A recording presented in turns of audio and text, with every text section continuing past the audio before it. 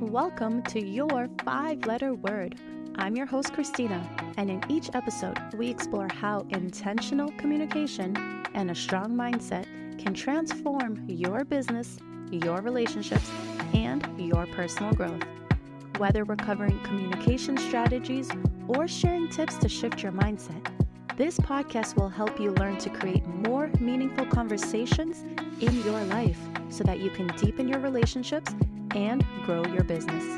So sit back, relax, and soak in the insights as we dive into today's conversation. Welcome back to this episode of your 5-letter word. Today, we're going to be talking about nonverbal cues, what they are, and why they matter. All right, to start off, nonverbal cues, think of it as literally your body speaking to other people. And your face speaking to other people, if I'm being honest. Okay, so your nonverbal cues is the facial expressions that you're making, as well as the way that you are carrying yourself, the way that your body is positioned, and these subtle signs that your body is making that really display what you are thinking and feeling in the moment. Okay? When it comes to nonverbal cues, it's important to remember that just like you are having nonverbal reactions and you are making nonverbal, behaviors and cues for the other person, you are able to interpret what the other person is potentially thinking and feeling and how they're reacting to what you're saying based on their nonverbal cues. Now, advanced tip, nonverbal cues, you and the other person, it really is a two-way street that bounces off each other. So if one person changes their nonverbal cues and starts displaying signs of disagreement or negativity, the other person picks up on that and starts to do the same, which sort of starts to spiral and creates more of that disagreement and negativity, unless you know how to spot it, how to catch it, how to address it. Okay? So if you're interested in learning more about nonverbal cues, let's dive into this episode. And for all my friends listening on the podcast, I appreciate you. Just letting you know that there is a YouTube video version as well, so that you can visually see some of the things that I'm talking about. All right, starting with nonverbals in terms of your body language. Your nonverbal cues, your body language, really go from your head all the way down to your toes. And your facial expressions, which I personally view as slightly different, because we often have so little awareness of what our face is doing and control over how we're reacting. And the reason for that is because most people don't actually spend the time learning what their face looks like, learning what their facial expressions and reactions look like, and being mindful of that in the moment in a conversation. Okay? So starting with your body language from head to toe, it's important to understand some of the basics so that you can start to see for yourself when you are experiencing this. And you can also start to pick up on it from other people when you're having a conversation. So these are going to be general guidelines. The thing that I want you to keep in mind is this. Although many body language cues are almost universal in a sense, they give you a very good indication of what the person is thinking or feeling. There is room for error and there is room for personal interpretation. So some people may naturally look or react a little bit different than others. So take this with a grain of salt. Try it out on multiple people and see whether the things that you're picking up on match how the conversation's going or what they're thinking. Okay? Another very important distinction I'll make from the get-go is it's very important to start to notice changes as well as patterns. So when I say changes, I'm really referring to a change in someone's nonverbal, behaviors, nonverbal expressions in the middle of a conversation. And the reason I bring this up is because people who shift or change at a specific moment in a conversation, there's a very good chance that it matches up with a shift or change in their emotional or their thought reaction to something that was just said. So if you are, let's say, sitting still, right? You're sitting in a chair, perhaps you're even leaning forward because you're engaged in the conversation and you're talking to the other person and you bring up an idea or perhaps bring up a criticism, bring up a point. And all of a sudden there's that change where now they lean back. Maybe they even shift a little bit away from you. Maybe they even cross their arms. Those are the changes that you need to be mindful of because then you recognize, all right, they disagree with what I said. They're offended by what I said. They didn't like it. And then you can catch that and you can dress it accordingly. Okay. You might soften your delivery if you're giving some feedback. You might bring it up and say, hey, I'm sorry if I offended you. What I really meant was, right? You're able to catch it and address it in the moment. Versus if you're not aware of nonverbal cues and you might have irked someone, you might have offended them, and now they're leaning away from you. They're losing interest. They're feeling a little frustrated. They don't want to be in the conversation. If you're oblivious to that and you're continuing the conversation, maybe you're even pitching your services or pitching some sort of project, you're not recognizing the fact that they're in a place that's more negative and it's likely not going to go well. Okay. Versus if you were able to address the issue based on the change in their body language, you'd be able to pick up on that, say, hey, I'm so sorry if I offended you. What I really meant was that this. Speaking of which, hey, would you be open to hearing about? And then pitch your services, right? Like you're able to have more nuance and more personalization in your interactions that really help address what it is that is happening in the moment. And that's a fantastic way to prevent miscommunication. Okay. So that's paying attention to change. The other thing I want you to start doing is paying attention to patterns. Now, this means paying attention to your own patterns, which is really the habits that you have when it comes to your body language and your facial expressions, as well as the patterns of others. Now, here's why this is important. When you are aware of your own patterns, you start to get a much better understanding of what other people see and what other people experience when they are communicating with you. So often, we kind of make this assumption that people get us, people understand us. We almost have this assumption that we're good communicators and we've communicated effectively. People should get it. And if people don't get it, if there's any miscommunication, we almost jump to blame immediately. And we say, well, why didn't they get it? What's wrong with them? Why didn't they understand? But really, it is your job to communicate well. And it is your job to communicate effectively with your words, with your body language, with your facial expressions. Okay? It is not their job to understand you. It is your job to communicate so effectively that you make it as easy as possible for them to understand your point. Okay? So when you are aware of your own patterns, that's when you can really get clear on what you look like, what you sound like, what other people think of you, in a sense, and then use that to your advantage. Change it if you need to. Play around with it. As an example, many people are familiar with resting, sad face, resting uninterested face, resting dissatisfied face. It's essentially the facial expression that many people make that to them is their neutral state. It's just the way that they are, is how they would say it. It is a facial expression that they make when they are just neutral, plain. They just are. But to other people, it looks like they're completely disinterested. It looks like they're completely dissatisfied. It looks like they're mad or angry. And if you are talking to someone who looks like they're dissatisfied and angry, then that doesn't make you feel good. So that's where becoming aware of your own patterns is really, really crucial and critical, because that's when it clicks. And that's when you can start to put the pieces together and say, hey, I've been having conversations with people and it hasn't been going well. The problem is me. The problem is my communication. The problem is the way that I look and I portray myself, right? When you can start to put the pieces together, don't take it personally. Don't take it as something wrong with you. Take it as useful information that you can use to your advantage. Now that you know you're doing this, now that you know that you may be doing this incorrectly, fantastic. Now you can change. So rather than continuing to have conversations that don't go well, rather than continuing to have conversations where people think you are dissatisfied the whole time, now you can change that.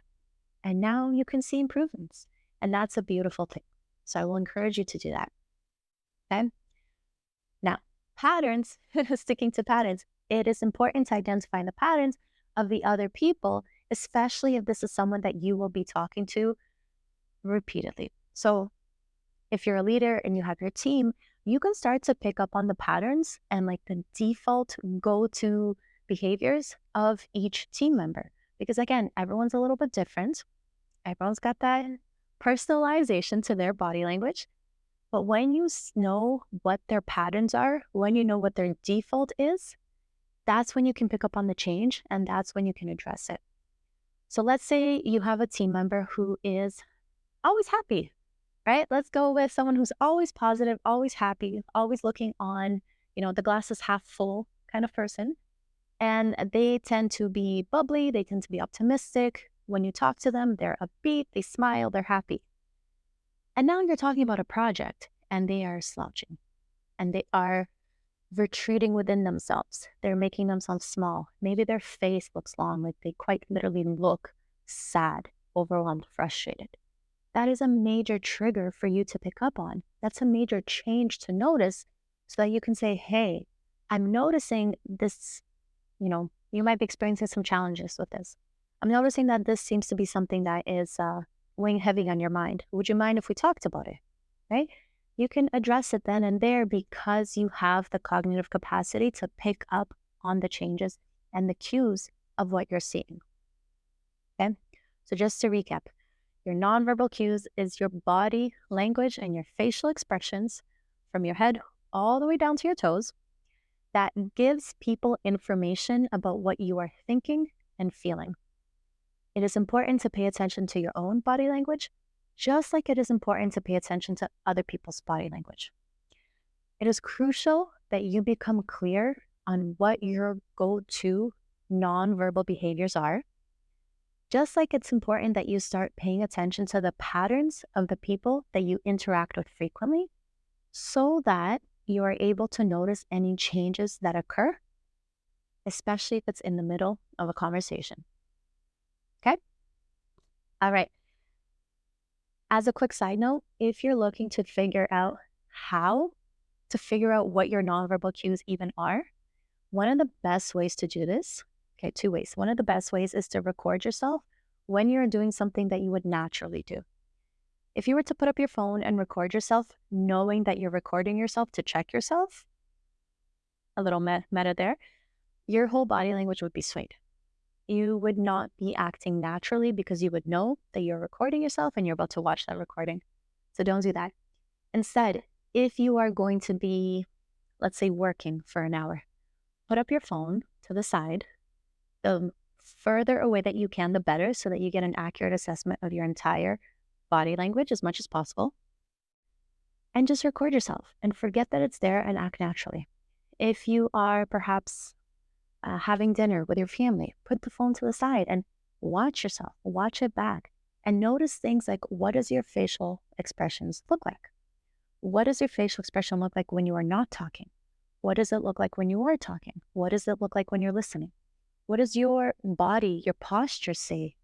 Are you paying attention and like directing yourself to the people that you're talking to?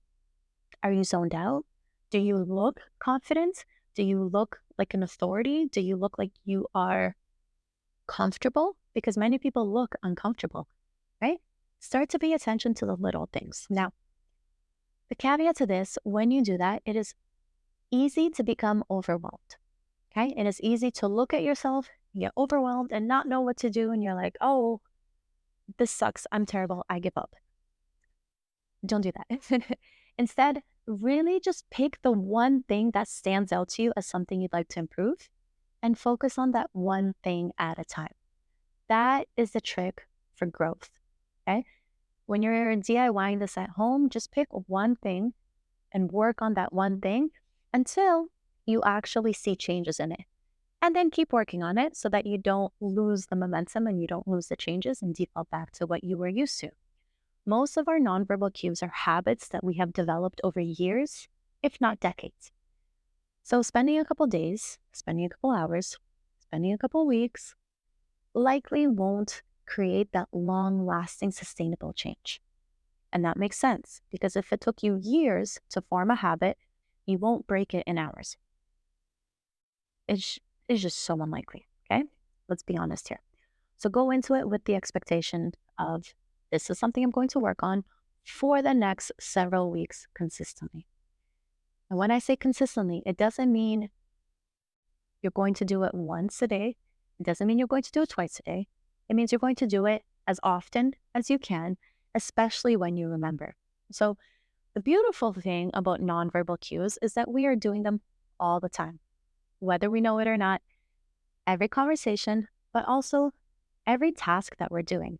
Even if we're not talking to someone else, our body language is still expressing how we are feeling in the moment.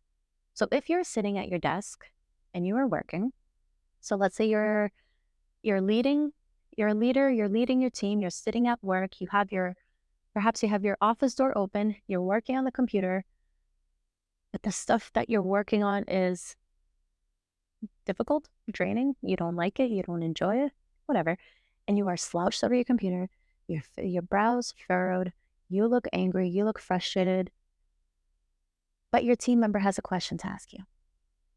How much anxiety and hesitation do you think they're going to feel knocking on your door and asking for a moment of your time when you look annoyed and frustrated and irked? Eh, they're not going to feel that great.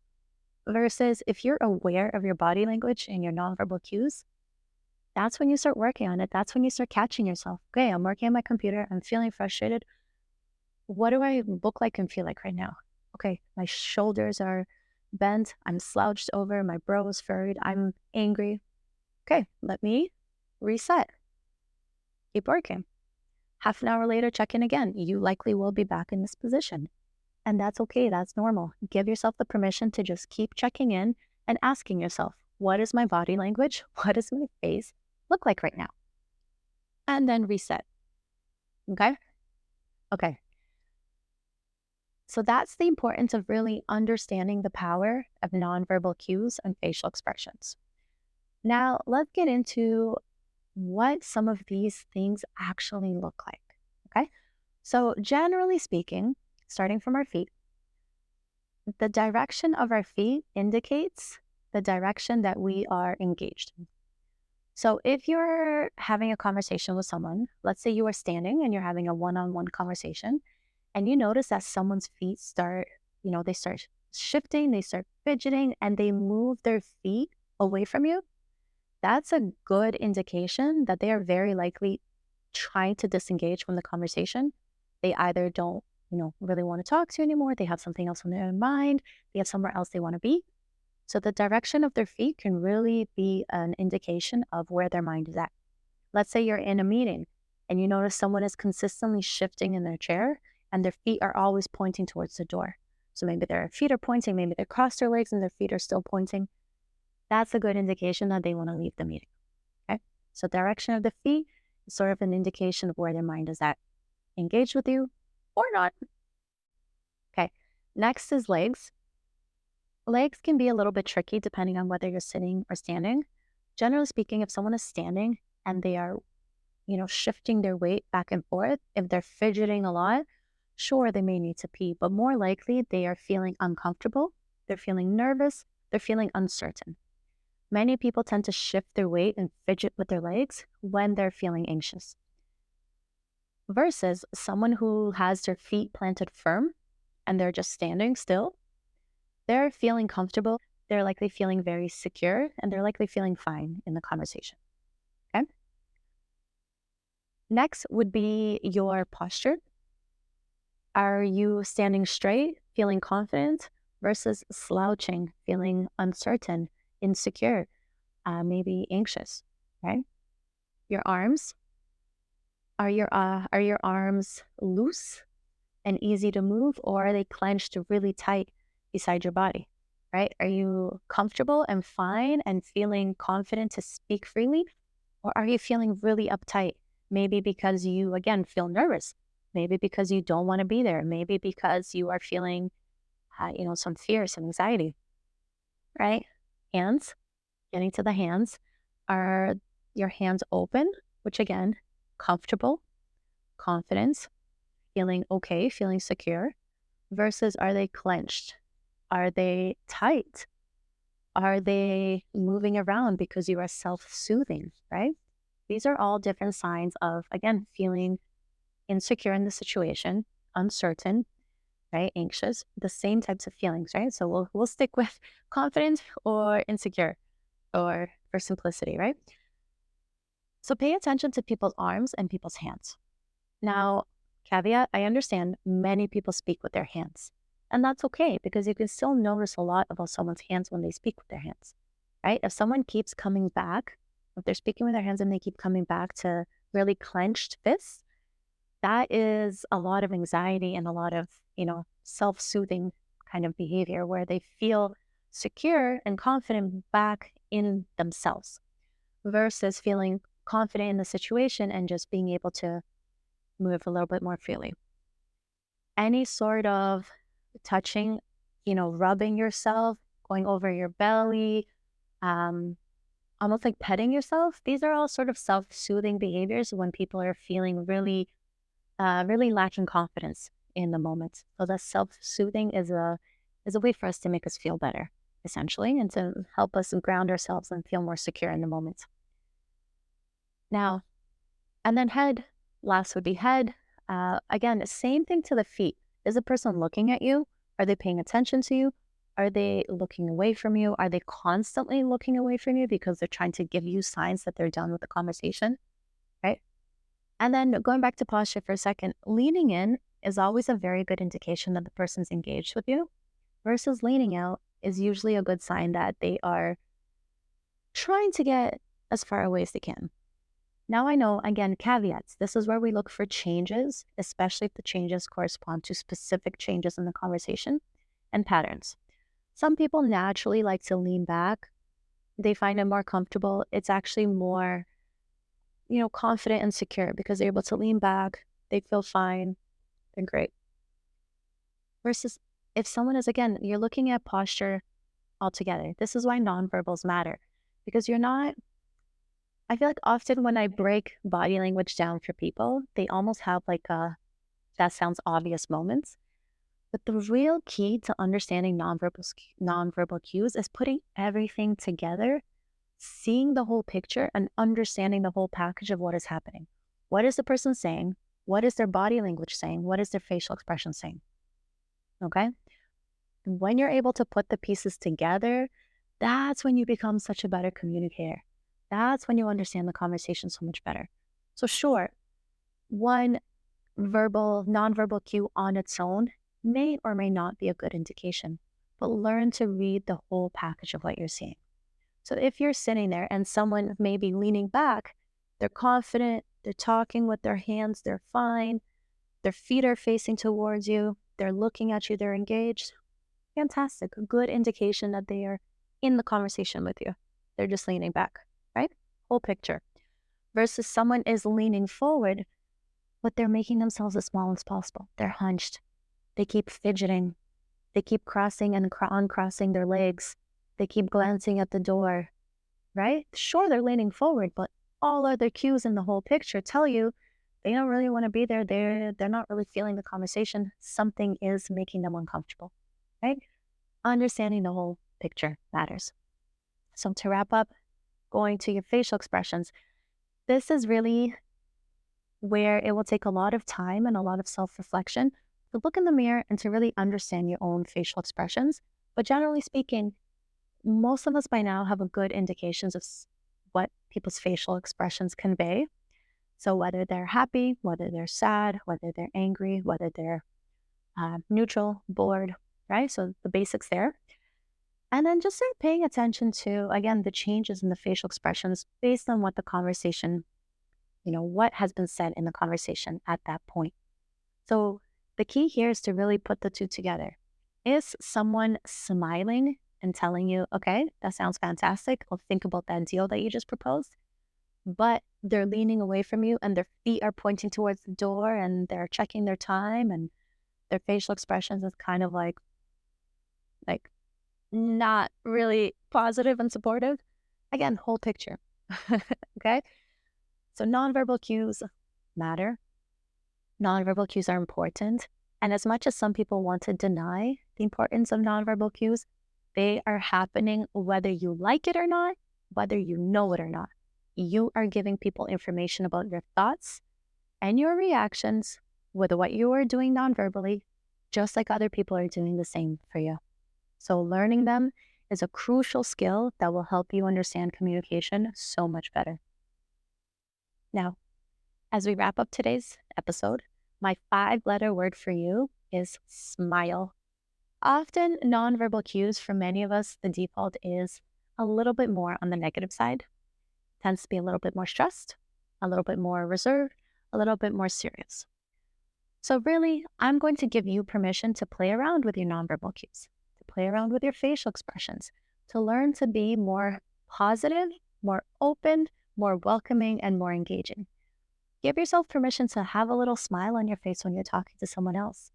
When you're doing the active listening and you're smiling and you're nodding along, right? In a casual setting, it can go a long way. Give yourself permission to really experiment, to try things on, to see what you like, to see what you don't like. Changing your nonverbal cues will be hard at first. It will be hard at first, especially if you're not used to the new nonverbal behaviors. If you have spent your entire life feeling uncomfortable and uncertain, it's going to feel really, really weird to stand up straight and fake the confidence. Okay? Give yourself permission to start with one small thing at a time, even if that's just giving yourself permission to smile more. Okay? Thanks for listening, and I'll see you in the next episode. Thanks for tuning in to this episode of Your 5-Letter Word. If you found this episode helpful, please share it with someone who might need to hear it. And as always, I love to hear about your breakthroughs. I'm here to serve your soul a cup of peace and a slice of joy. Until next time, take care.